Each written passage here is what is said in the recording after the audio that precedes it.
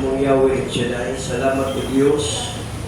Kanining kagathikon, bansa ko mga kaigsuonan, dining gabita, nagatigong, aron magdahig, magsimba na kanimo, aron maminaw no sa imong mga kamhanan o kulawanon kay mga puno. Lord, salamat kayo sa mga grasya kayo mong ipadangat kanamo sa miagi mga adlaw, karong mga adlaw, ilabi na sa imong pagpasinati kanamo, Lord, sa imong divine protection, na nagpakita ka Ginoo sa imong mga pagtabang, sa imong uman kanamo, sa imong pagproteher kanamo, Lord. Salamat kayo po kami daing daygon ibayaon, pasalamatan, kung dili ikaw lamang Yahweh Shaddai. Paghilyo ni San Lucas, Kapitulo 11, versikulo 1 ato sa mga sumusunod. Nagaingon mga igsoon, usa niya na kahigayon nag-ampo si Jesus dito sa usa ka dapit. Sa pagkahuman niya ampo, mingon ang usa sa iyang mga tinun-an, Ginoo, tudloki kami sa pag-ampo. Ingon nga gitudloan ni Juan ang iyang mga tinun-an. Si Jesus mingon kanila, ingna niini pag-ampo. Amahan, simbahon unta ang imong ngalan. Maghangit ka unta kanamo. Ihatag kanamo sa matag adlaw ang kalanon nga among gikinahanglan. Ug pasaylua kami sa among mga sala. Kay nagpasaylo kami sa tanan nga nakasala kanamo. Ug ayaw kami ibutang sa kalisod nga pagsulay. Ug mingon si Jesus sa iyang mga tinun-an, pananglit usa kaninyo muadto sa balay sa usa ka higala sa tungang gabi ug muingon kaniya bay pabaylua ug tulo ka buok pan kami abot ang usa ko ka mga higala nga nagpanaw ug wala gid ako higanalit kaniya. Kung pananglit tubagon ka sa imong higala dito sa sulod, ayaw na ako sa muka, gitrangkahan na ang putahan ug ang akong kabataan ug ako nanghigda na ug dili na ako makabangon sa paghatag kanimo bisan unsa. Unya unsa may imong buhaton. Sutihan ko kamo nga bisan higala kaniya dili siya mobangon ug muhatag kanimo pan. Apan mubangon na siya ug muhatag kanimo sa tanan nga imong kinahanglan kay wala ka man maulaw sa pagpunay ug pangayo. Usa sultihan mo ikaw, pangayo kamo ug kamo paghatagan ug kamo makakaplag kung kamo mangita ug hilabihan ang puntahan, ablihan ang puntahan alang kaninyo. Kay ang tanan nga nangit kay ang tanan nga mangayo hatagan ug siya nga nangita makakaplag ug ang puntahan ablihan alang kaniya nga nagtuktok. May usara ba kaninyong mga amahan nga muhatag sa iyang anak ug bitin kung siya mangayo isda? Kung muhatag ba kamo kaniya tanga kung mangayo siya itlog? Bisan pa sa inyong pagkadautan, mahibalo kamo muhatag ug maayo nga butang ngadto sa inyong mga anak. Mga igsoon, ang ebanghelyo sa atong Ginoo. Karong gabi na mga igsoon katong pagkasunod-sunuan usa kini ka pag-ampo nga dunay pagsali. Amen. Ipahinumduman kita ni Lord karong orasa tungod kay dili ikalimot ganon ay mga panahon nga ang tao o kita usahay doon natay pangayoon o doon natay mga pag-ampo pero dili ikalimot ganon na kita pagduha-duha usahay. Amen. Muna nga si Lord igsuon nagpadangat og mensahe tungod kay nakita niya ang mga katawhan gabisan pa man siya maingampuon pero doon naghihigayon na ang iyang pagduha-duha magpatigbabaw igsuon ko din ni Kristo. Muna nga si Lord igsuon nagpahinumdum nato nga kinahanglan sa atong pag-ampo walay sagol nga pagduha-duha para ang atong mga pag-ampo tubagon ni Yahweh El Shaddai. Palakpakan natin si Lord. Kitang tanan dili ikalimot ganoon na gitay mga ipangayo ni Lord.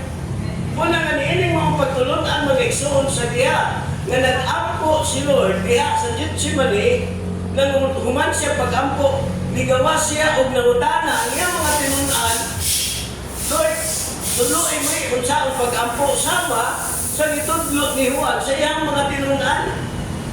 Igsoon ko na ni Kristo, dining orasan nagtudlo ang atong Ginoo sa iyang mga tinunan pa na niya, ha? Pero nagpatudlo sa pag-ampo. Ultimo, ang iyang mga tinunan, wala pa yung masayod sa impit, kung sa ginangay, gabuhaton diyan sa itong pag-ampo. Abi niya mga igsoon ko na ni Kristo, hilabi na kining amahan na mo ganang nagibasa. Doon ay uman mag-pray igsoon, muna nga i-recite. Amen? Kaya ako sa akong bahay lang, hilabi na sa eskwelahan, iyahay na mag-ingon nga, nakakisabi na kasago sa ang Father, o ako, pero kutob na kasago, amen? Mahimong mapaniwala ang prayer sa ang Father, tungod kay, ang imong una-una, dili tungod kay, doon na kay pagtungo, magsaling sa Diyos, kung dili, ang imong yun na-una, makasago lang ka sa maong prayer. Kung na si Lord at tutlo, igsoon ko na ni Kristo, na sa atong pag-pray, yun na ay pakita na ito sa ni Lord, na doon na kay pagtuog pagsalig, na unsa may imong i-pray, diha ni Lord, tubagon ni Yahweh Shaddai. Amen? Igsoon ko na ni Kristo, maniningog si Lord, ingnan ninyo ni ini pag-ampo, kung dili lang nagitudlo sa iyang mga tinunan, kung dili iya kining gipaabot mensahe kanatong tanan. Amen? Una na itudlo igsoon, gisulti ingnan ninyo ni ini pag-ampo. Kung sabi ko ni Lord, amahan namo na naaka sa mga langit, pagdaykon ang imong ngalan. Amen? Dato pa ang pag-ampo nga amahan namo igsoon, imong gideklara nga doon na kay nindot relasyon ni Lord, imong gipakita nga doon na kay pagtuog, pagsalig niya ni Lord, tungod kay imo siya giisip amahan. Amen? Pag mag-pray ka, mingon kang amahan, nagpasabot ka doon na kay relasyon niya.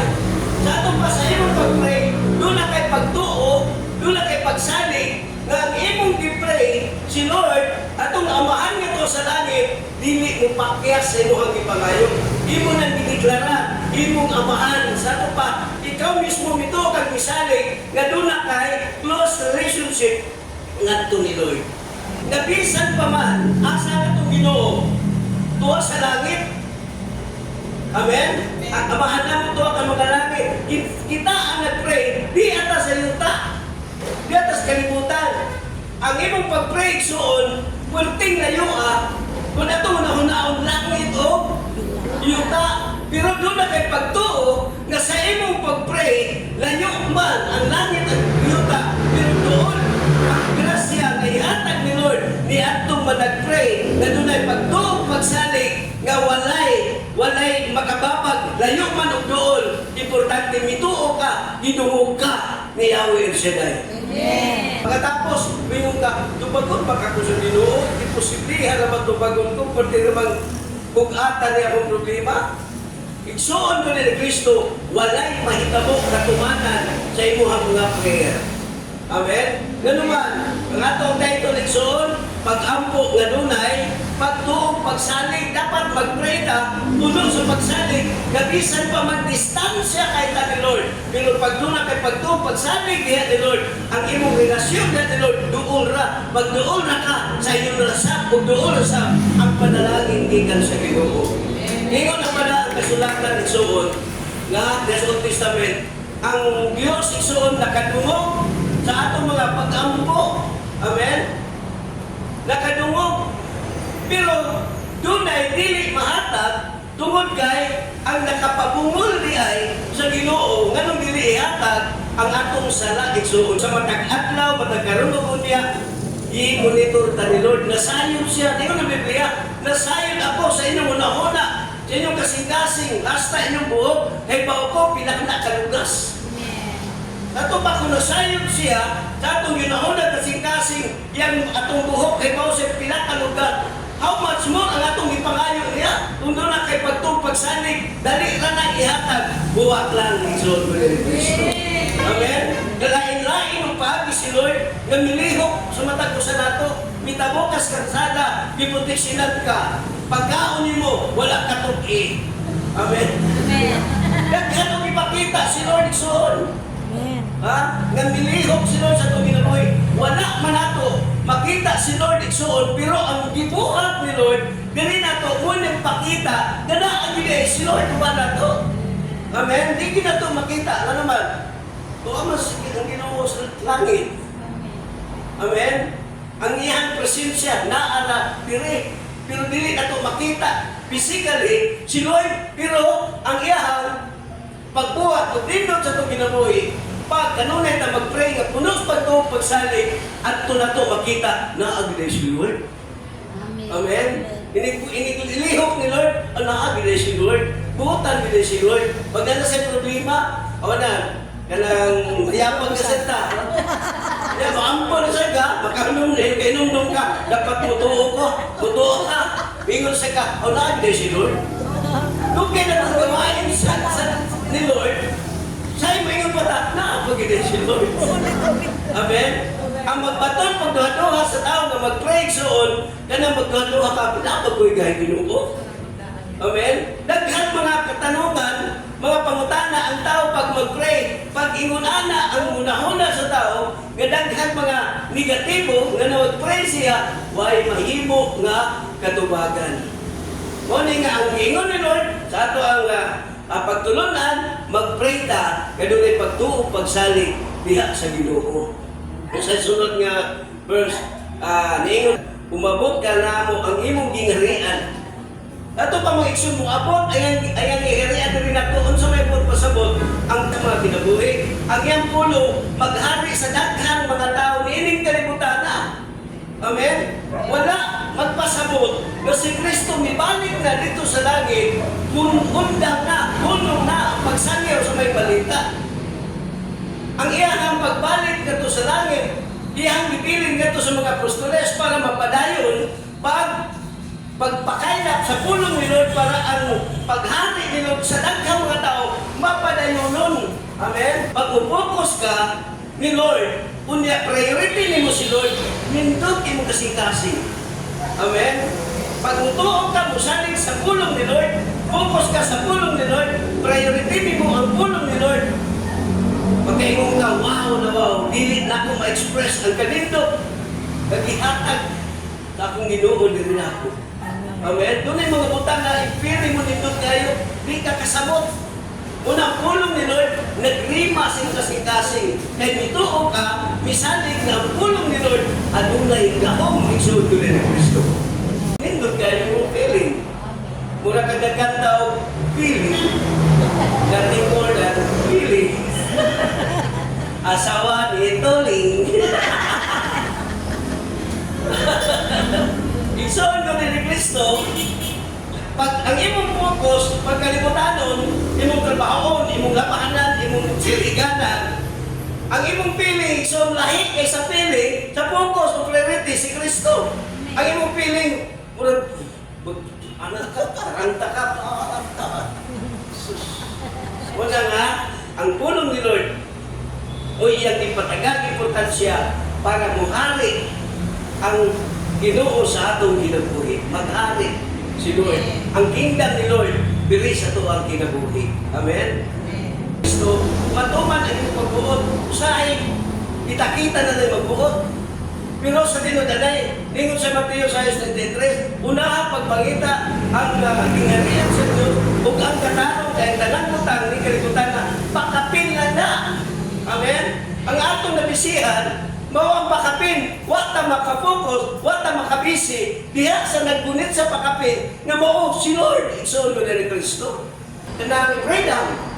Pero ang freedom na akong ihatag kay ninyo ay ni gamita para makabuhat mo dili maayo. Ingon siya, pagpili mo, bisag unsa, pero mas nindot ni piliun ako biyon. Pero kitagaan man kanang katungod pagpili, saya ang atong pilion ang gidili. Ingon siya, pangayo kamo para kamo tagaan. Pagtuktok kamo para kamo aplihan. Pangita kamo para kamo makakaplat. Kung pasabot, kung mangayo ka, di pa katagaan, ayaw pag-undag pangayo. Kung mangita ka, di ka takaplag, ayaw kong upangita. Amen? Kung magtuktok ka, ayaw kong nagtuktok, hangtod kaablihan. Muna nga, kanunay, makanunay yung pagpapray ka. Amen? Walay pagduha-duha. Atong iyak natin si Lord. Kamo ang Diyos, magkagagahong sa natanan. Naanda mutubag sa atong mga gipangayon. Kung sa atong pag-pray, so ko ni Kristo, matay laing pasalamatan, matay laing daikon, kundi si Lord lamang. Ganong dili na ito madawat atong pag-pray, atong mga prayer, so tungod kay, nangayon tinuot tagsuri diya ni Lord, pero wala tamuhatag kapasayloan sa nakasala rin nato.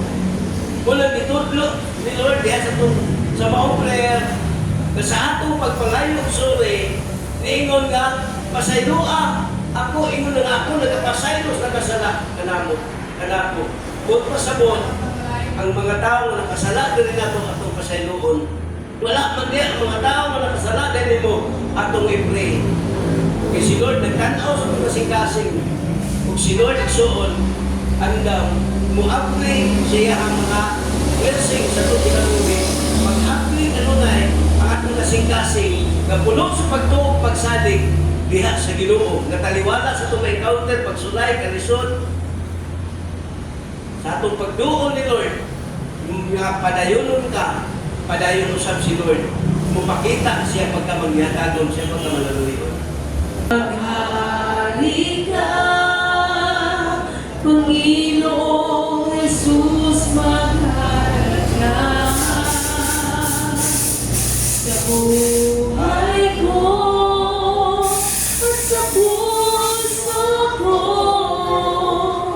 Panginoong Jesus, maghari ka. Lord, sa among mga pag-ampo, Lord, ikaw na sayon, kung sa among mga prayer request, dugay na, wala kay mga bagpo, Lord. Kung sa among gihuwat, ang mga tubagi, uban ang pagkamapausadong ng kasing-kasing. Lord, salamat kayo sa imuhang paghatag mensahe na kinahanglan na adhemig, paglahutay, mapadayonon, na pusanig, oo, diha, lamang kanimo, O Diyos. Magpasalamat, kung himaya, pinagis mga anak na si Jesus. Sa kalang sumahan, anak ng Espiritu Santo. Amen. Give thanks to the Lord.